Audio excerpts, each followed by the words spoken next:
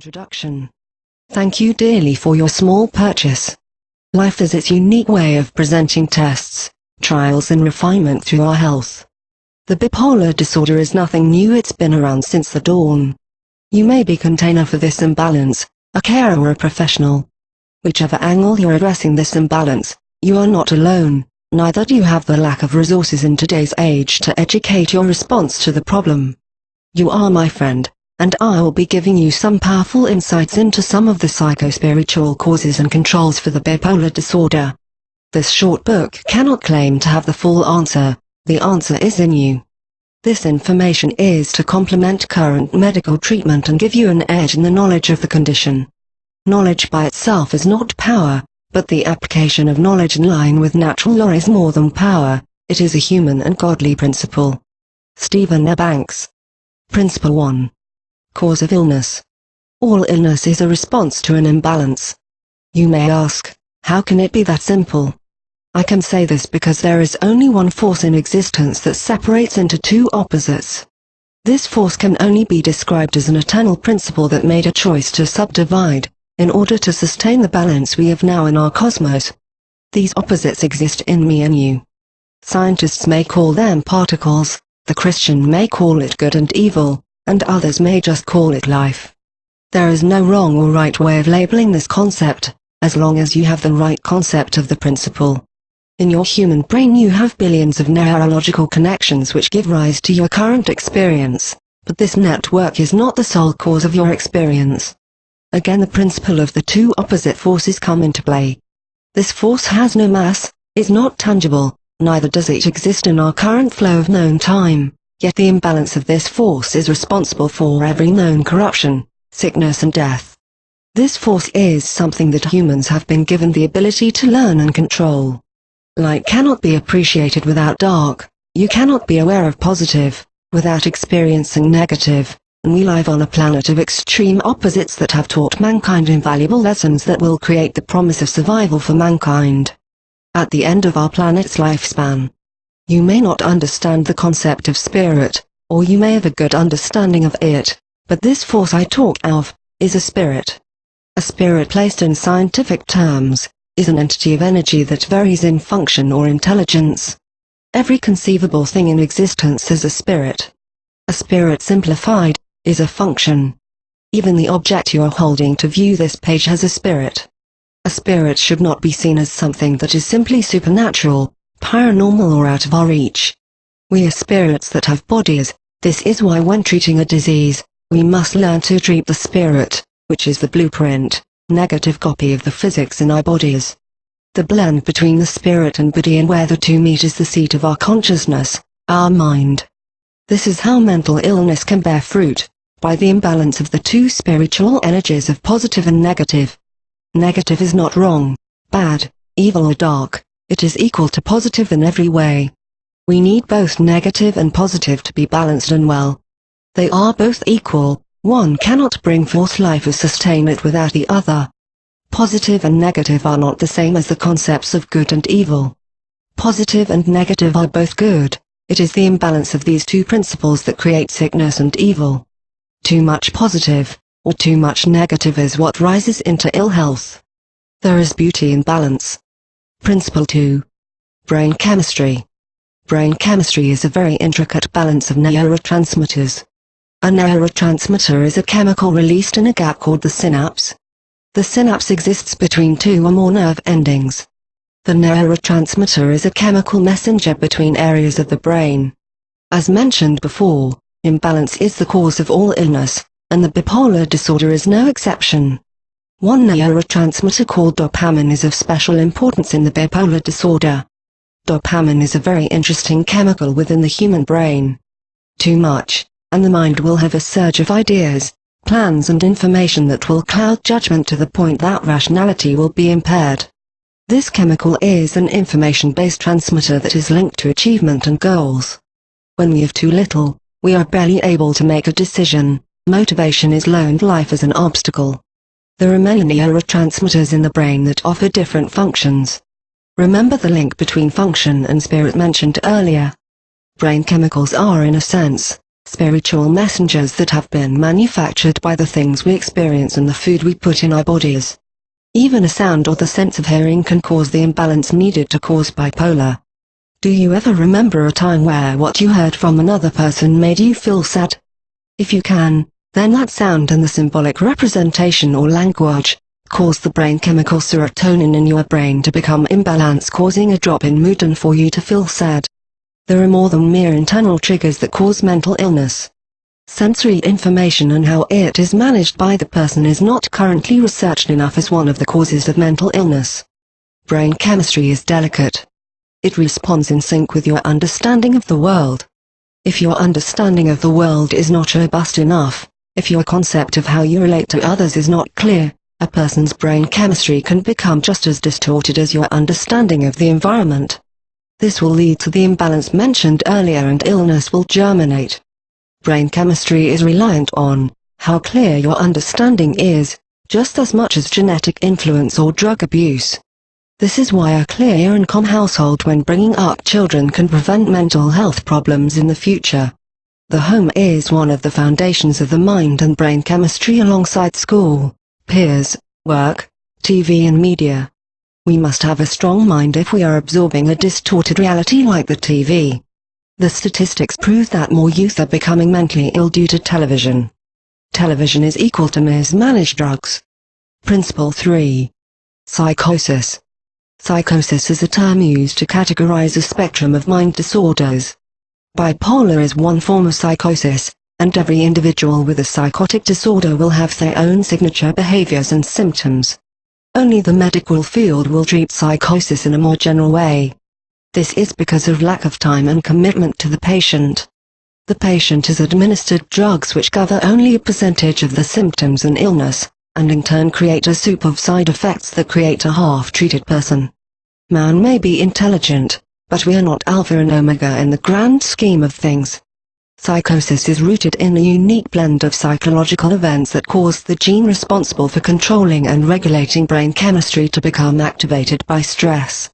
Stress is a major contributor to every mental and physical illness. Stress is also a very subjective experience. What is stressful to one could be calming to another. We therefore must be aware of the types of stress that our loved ones can bear, and be lead to only let them absorb stress that is beneficial to their personal growth. This is where insight and wisdom is needed, whether in the home, the workplace or a greater community. We owe it to our society to be as stress-free as possible. You and I have a further 8 billion brothers and sisters to care for. Psychosis is usually a disruption in the perception of reality. This can come in a person becoming self-absorbed by voices within, grandiose ideas of being more powerful than what can actually be achieved, or paranoia, which converts reality into a fantasy world. I personally know a person who is diagnosed with paranoid schizophrenia, who will have no doubt that her illness started with a sharp oral comment happening over 30 years ago. This belief could be the very basis of her illness, and more so the basis of her cure. The mind will assimilate the environment and try to make sense of it. If the tools are not there to make sense of the world correctly, or if the mind is in an unstable or immature condition, then the network of neurons that control our day-to-day perception will link, combine and intertwine to create a basis for psychosis. Most psychotic illnesses could be prevented with less corrupt television and media, junk food and less dysfunctional relationships. Principle 4. Subconscious. The subconscious is a pool of visual stimulation and information that your conscious mind uses to make sense of the world. The subconscious mind is mostly an image-based platform that sorts images and symbols into something we can comprehend. This platform is the very seat for correcting most, if not all behavior. Our behavior is the result of conscious and subconscious stimulus bubbling to the surface of our mind. We are more subconscious beings than conscious. Our subconscious is a very powerful influence in behavior and mental disorders. Hypnosis uses this level of the mind to recorrect behavior and habits. When developing as a child, our subconscious is growing at a very powerful rate, absorbing information from its environment similar to a black hole. Children exposed to adult material like violence and sex images are storing this information in the form of symbols and interpretations based on what they have seen. This subconscious information is directly linked to how future perceptions are made, and more so, how neuronal pathways develop. Over time, constant exposure of bad quality material from a dysfunctional home, TV, relationships and peers will cause the mind to become irregular and distorted. It is in this constant distortion that the seed of mental illness blossoms. The brain that is fed poor material will reproduce poor behavior and poor mental health that can become a permanent condition within the brain. Your brain wants to fulfill your needs on a constant basis. If you develop a taste for violence, the brain will seek for more. This is how the addiction is created. Patterns, routines, schedules and procedures will program our cells in our bodies to expect more. The body works identical to a clock when it comes to the patterns you give it. The cell creates more chemical receptors to absorb the stimulus created by our experience. This is how the addiction is created, and the withdrawal symptoms are the byproduct of the cell's receptors craving the next intake of stimulus. The subconscious is a friend or foe depending on what we feed it. During our life we develop a polarized subconscious that will either attract evil or attract good. As we know from polarized objects, there is a magnetic field that is created. This magnetic field is no different with the mind. A mind that is 78% unstable will attract another mind that is of the similar percentage and matching circumstances, events and so on. The main way to reprogram the mind is through visualization and meditation upon being a good person with good events happening in their lives. Principle 5. Relationships. Relationship in short, is interaction between any two or more objects and how patterns arise from this interaction. We are created in every way to relate and interact with our environment.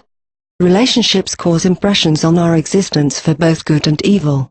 When dealing with bipolar, relationships is a key tool to the making or breaking of the mind. The impression created in relationships creates memories. Memories can become internalized and can cocoon into a capsule of potential psychological energy that can result in a moment of insanity. As I said before, the subconscious polarizes according to the stimulus given to it. Relationships are very potent interactions that create a spectrum of interfaces that we use to perceive our universe. Relationships are also a main method of learning and creating memories. When we interact with a corrupt source and build a relationship with that source, we are rewiring an neural soup of imbalance that will manufacture illness over an incubation period. This incubation period varies from human to human depending on many variables. When we have good relations, we mostly have healthy minds. The polarized mind is a real subject, with a real science that we can master through meditation. You can purchase my short ebook, Quantum Meditations, written by myself to step into the journey of meditation. Classically, good will prevail in most dramas and this understanding comes from man's relationship with the entity we call God. But even a relationship with God can cause illness if the mind is imbalanced and previously distorted. We see this in the religious extremism, terrorism and war waged in the name of God. These acts are acts of mental illness. Relations should be as transparent as possible, leaving the recipient to clearly know and understand how he relates to you or another. In this, there is no darkness created by a person's mind when he or she has to guess or fabricate conclusions. Only humor has the right to leave the mind in expectations or to allow over-exaggeration to fill the mind. Even humor has a time and place. We are on a journey of relationship, a ship that is a transportation to a healthier whole. Principle 6. Memories. Memories are entities in their own right. All humans use memories as a basis for their future decisions. We interact with our memories and use them like tools to measure and weigh our environment. The beauty of being human is the fact that we can artificially create memories with visualization and meditation. This creation of memories can overpower current medical knowledge and understanding. A memory is a mental unit of information that has been symbolized according to your understanding. The wrong understanding of a memory can give birth to psychosis and mental health issues by a distortion of reality. Paranoia works this way. We are given memories for a reason. The main reason is to judge our own lives with, and also to capture truth in the fullest. Lies are real memories that have been distorted, and this can lead to a badly polarized mind. People who spin constant lies are mentally ill in their own right and are spreading their virus through other vulnerable and unstable people. A lack of self-esteem is usually the cause of this problem. Memories, like everything else in reality and existence, have a magnetic charge which can work for you or work against you. Which memories will you choose to control your perception? This information is classified as true as the force of gravity. I ask you to fully understand you and your memories. Memories, when focused upon, will polarize your whole spirit, mind and body. Memories can heal or kill. Voodoo, witchcraft and other unregulated magical arts contain universal principles that are contained in this book. You are here to know this specific knowledge for a reason. You have the potential to heal and also heal others. Principle 7. Meditation. Principle number 7 is last, but the first step on a journey of self-discovery and self-mastery. Meditation is not religious, but a basic need just like eating, sleeping and breathing. Believe it or not, you meditate today. Meditation is a simple step by inclining your spirit by declining your body. Visualization in meditation will reprogram any known concept in your mind. This may seem dangerous, but in reality you are taking the control back from your environment and bringing it back to its rightful owner. You. Meditation, as mentioned in quantum meditations, is the platform for spiritual, mental and physical evolution. As a Christian, I perceive evolution of mankind as a misunderstood concept, and use the word evolution to represent the constant creation process set by God. At the heart of meditation is where you will find the peace of the entity we call God. Clarification on the subject of God is needed in our world. God is a loving, caring and forever present being. He is a friend. You will begin to know Him. To start your journey of meditation, you can practice these simple steps. Live well, friend. 1.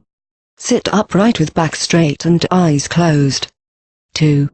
Take 5 deep breaths, inhale through the nose, and exhale out through lips. 3. Create a memory of what you desire, and keep it in your imagination. 4. Speak internally or aloud what you desire with eyes closed, and imagination engaged. 5. Remain focused and calm in your memory creation until ready to disengage. 6. Open your eyes, and during your day, notice the benefits. Blessings, Stephen A. Banks.